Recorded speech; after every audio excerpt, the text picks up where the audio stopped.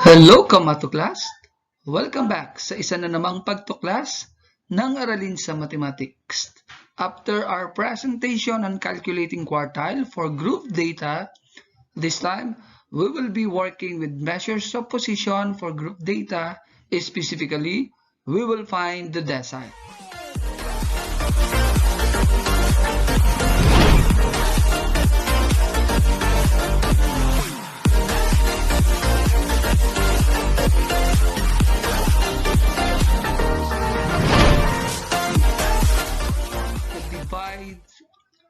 Recall that the deciles are the score points that divide a distribution into 10 equal parts, like this drawing, in which we were already presented in a group data.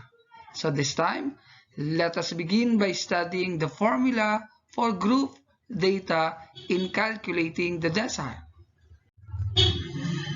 This is the formula for group data in computing the decile, which is similar to the formula for computing the quartile, except for some parts, like this one, this k, where n is 1 up to 9. Unlike when we talk of quartile, k is just 1, 2, and 3. Another differentiation is the symbol D for decile. So this time we'll be using this symbol D. Some part of the formula will be using D also, this one. And lastly, the formula for calculating the class for decile, this part, is equal to K times N over 10. Unlike in quartile, over 4 yung ginamit natin dito. Every symbol in the formula is used in the same way as in quartile. So, I don't need to explain all the uses of this because we've been working with this already when we study quartile. So, let's start working with an example. Given this table, calculate decile 8 using the mathematics exam of grade 12 love. So this table, at this side of the table, is the range of the grades of grade 12 love test score. So ito rin yung tinatawag, ang tatawagin din nating class. So class, tsaka ito din, ito rin, and each range ay tatawagin din nating class. On the other side, ito naman yung tinatawag nating a frequency of the test score of grade 12 love. In this side, so makukuha na natin yung interval. Ang interval, kung magbibilang tayo, 11, 12, 13, 14, 15. So, yun yung magiging interval. Dito naman, makukuha na rin natin yung summation of F. So, pag sinabing summation of F, that's the total frequency. So, i-add lang natin ito, 5, 7, 10, 8, 12, and 3. At ang total niyan ay 45. So, yun yung tinatawag na summation of 8. So, this will be needed later on with our formula. Okay, ano kaya yung una nating aalamin? This is what are we going to look for. Determine the lower boundaries. To solve lower boundary, subtract 5/10 to the smaller number per class. So, pag titignan natin ito, binanggit ko kanina, ito ay per class.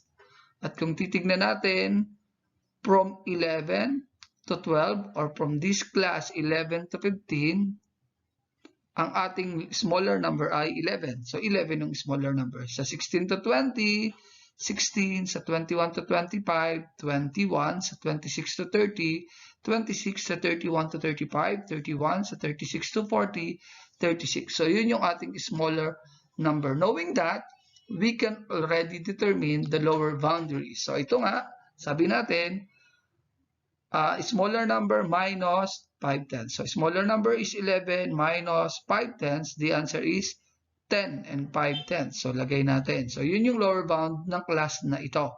Next, sa 16 naman. Okay, 16 minus 5/10. Answer is 15 and 5/10. Sa 21, minus 5/10. The answer is 20 and 5/10. Sa 26, 26 minus 5/10, the answer is 25 and 5/10. 31, so we have 31 minus 5/10, the answer is 30 and 5 tenths. Then the last one is 36. 36 minus 5 tenths. The answer is 35 and 5 tenths. So yan yung una nating aalamin, the lower boundaries. Kailangan natin yan later on kapag i-apply na natin ng formula. So after knowing the lower boundaries, ang next nating aalamin ay determine the cumulative frequency. So ito yung ating mga frequency. We know that this is our frequency. So from the lower class, doon tayo magsisimula. So we need to copy the lower class frequency. At ang frequency ng lower class natin ay 3. So we just copy this. Okay, so that's the first thing that you need to work on para makuha natin yung cumulative. Then after that, yung 3 na sagot natin dito, ipa-plus natin sa frequency ng class na kasunod, which is 12. That means to say 3 plus 12. Then that will be 15. The next is yung 15 naman na nakuha natin dito, we are going to add it to the next frequency. So that's 8. So 15 plus 8, that's 23. Follow the next procedure. So yun na uli yung gagawin natin, plus 10. Okay, follow pa rin, same procedure pa rin, plus 7, 40, then the last one is 45. Okay, so another important things kapag kinukuha ang cumulative frequency, tandaan nyo na dapat siya ay equal sa total frequency na nakuha natin sa kanina, summation of F na nakuha natin ay 45, dapat yung last cumulative frequency ay equal doon. So nakuha naman natin summation of F natin 45 at 45 din yung last cumulative frequency. So ibig sabihin this is correct. Okay, so as we continue working with this, next thing that we need to work on is to identify this one. Let us calculate the decile 8 class or the 8th decile class. So remember that in our formula a while ago, we said that decile class is equal to k times n over 10, wherein n is 45, because we have 45 there in our given, the summation of f. Then we have k, which is equal to 8, since we're looking for the decile 8. So by substitution, so this is 8 times 45, we have this 8 times 45, we just change k to 8 over 10, and 8 times 45 is 360 divided by 10, and the answer is 36. And that is the decile 8 class, which is equal to 36. So gagamitin natin yan later on sa formula. So let us continue.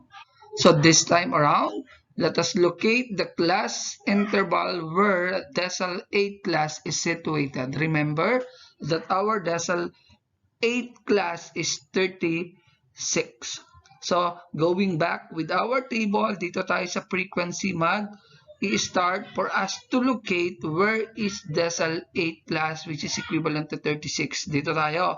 So in this class, 11 to 15, 3 yung frequency. Ibig sabihin may tatlong dito yung score. Kaya at this part, ito yung nakakuha ng tatlong score na yon. So siya yung first score, second score, third score. So sa kasunod, dito mapupunta yung fourth score up to 15 score. So hindi pa tayo umaabot sa 36. So after ng 15 score, ang kasunod niya ay 16 score up to 23. So di pa rin tayo umaabot sa decile 8 last. So pagkatapos ng 23, we have 24 to 33 score. So ibig sabihin, wala pa rin tayo doon sa nakakuha noon. Then afterwards, yung nakakuha ng 34 score up to 40 scores. So kung mapapansin nyo, ang decile 8 class na 36 ay in between the 34th and 40th score. So ibig sabihin, ito yung gagamitin nating class. So this part ang gagamitin natin kasi nga yun ang ating class interval between 31 to 35. Dito na natin makukuha yung ibang part na kakailanganin natin sa ating formula, like the lower boundary. Ito na yung gagamitin natin. Same as frequency of decile 8 class, which is equal to 7. So interval ay 5, nakuha na natin yan. Then summation of f, which is 45, yan din yung magiging value ng n. At syempre ang cumulative frequency below, kasi ito yung ating class na pinag-uusapan, yung class ng decile 8. So, sa baba noon. So, below, which is 33. So, ngayon, nakuha na natin ang N, which is 45, as I have mentioned. Then, cumulative frequency below, which is 33. Then, we have the frequency of decile 8 class, which is 7. Then, the lower boundary, which is 30 and 5/10. The last is interval, which is equal to 5. So we can now use that in our formula. So let us try to work on with that in our formula. Decile 8 yung gagamitin natin. Okay, so ito yung mga nakuha natin from our tables. So by substitution, lower boundary natin is 30 and 5/10 plus. So 8 ang ating K. So which is 8. We have that. Times 45. Okay, then afterwards, we have over 10 minus cumulative frequency below, which is 33, over the frequency of decile 8 class, which is 7, times the interval, which is 5.